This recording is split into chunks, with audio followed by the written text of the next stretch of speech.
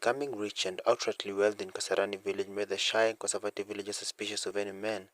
Men worked hard to fend for their families. The women worked also, but whatever they got belonged to the men, as they too were considered as men's trophies. They were not allowed to accumulate anything aside from children. This knowledge that accumulating wealth made people suspicious made their chief, Matata, antagonize the wealthy people in the villages. He didn't want anyone else to be richer than him. He would claim that they used witchcraft and even plant weird objects in their homesteads at night. Once found, they got killed either through stoning or burning. As to the community, having any involvement with witchcraft was a crime that was unforgivable. Death was the only and ultimate penalty. This made people fear showing any signs of becoming wealthy. They had searched his homes through his own invitation countless times. They never found anything to discredit his source of wealth.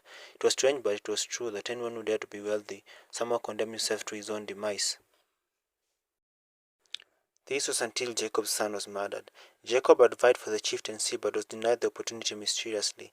He had opted to send his son abroad to get a college degree. He got a high-paying job there. When he came back driving a big imported car, Matata felt threatened as usual.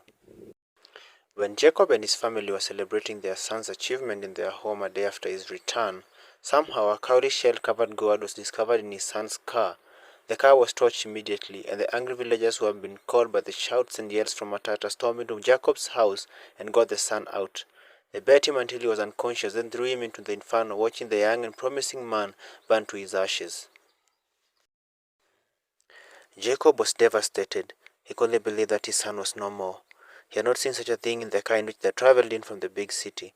The villagers claimed that the object had been discovered in the passenger's seat. Jacob had sat on the same chair for hours and he had not seen anything like it anywhere in the car. In the midst of his tears and sorrow, he caught Matata smiling and in an open celebratory mood. That's when it occurred to him that the man has always been in the middle of every execution. Even though he understood that he was a chief, he wondered why. His guards told him that he should start investigating him.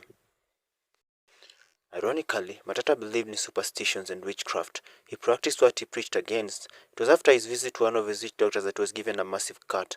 The witch doctor told him that so long as he allowed the cat to lick blood from his naked body at noon every day, his success will never dwindle, and it will protect him from anyone who came to search any of his homes. Matata believed in the witch doctor, and he was seen going daily to the nearby slaughterhouse and took a jerrycan of blood, which he claimed was for feeding his dogs. Everyone believed him, but Jacob decided to follow him one day. He kept a safe distance until they came to a house built deep in the woods. No one knew of this place as Jacob had not heard any rumor circulating of his existence.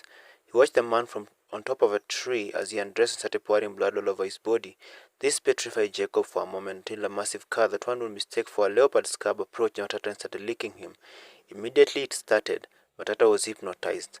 Jacob had never seen anything like it. He always heard that witchcraft was true until he saw what it did to Matata. He immediately ran home and called all the villagers and took them to where he had seen the man. They found him still hypnotized and naked with blood all over his body. They killed the cat first and burned Matata alive for practicing witchcraft. This summer brought relief to the villagers. They had tried to get rid of him countless times, but all was in vain. I guess, as they say, if you kill by the sword, you die by the sword.